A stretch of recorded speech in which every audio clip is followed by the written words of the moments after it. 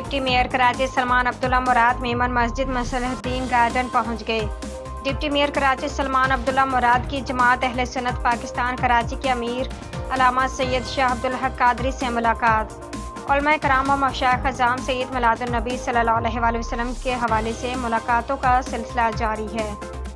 12 ربیع الاول کے مرکزی جلوس کے راستوں کو کلیئر کیا جائے گا۔ تمام جلوس کے راستوں میں بلدیاتی سہولتیں مہیا کرنے کے لیے کوششیں جاری ہیں۔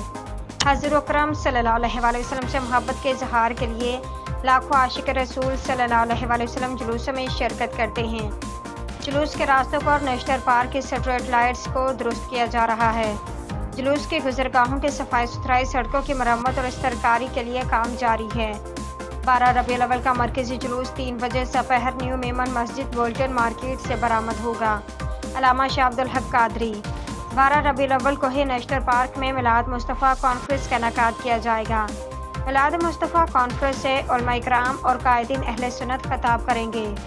علامہ شاہ عبدالحق قادری کی میئر، ڈپٹی میئر اور منتخب بلدیاتی نمائندوں کو جلوس میں شرکت کی دعوت۔